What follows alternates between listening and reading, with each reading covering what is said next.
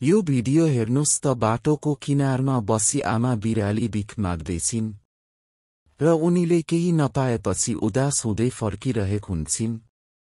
भनिन्छ नि नहुने बेला कहीबाट हुँदैन, गाडीले उसलाई हिलो छ्यापिदिन्छ। त्यत्तिकैमा बाटोको एक छेउमा उनले पसल देख्छिन् र भित्र जान्छिन्। तर उनीसँग पैसा भने फुटी कौडी पनि हुँदैन र उनी एकछिन सोच्छिन्। उनको भोको पेटले उनलाई बिस्कुट चोरी गर्न बाध्य बनाउँछ र उनी बिस्कुट लिएर भाग्न खोज्छिन्।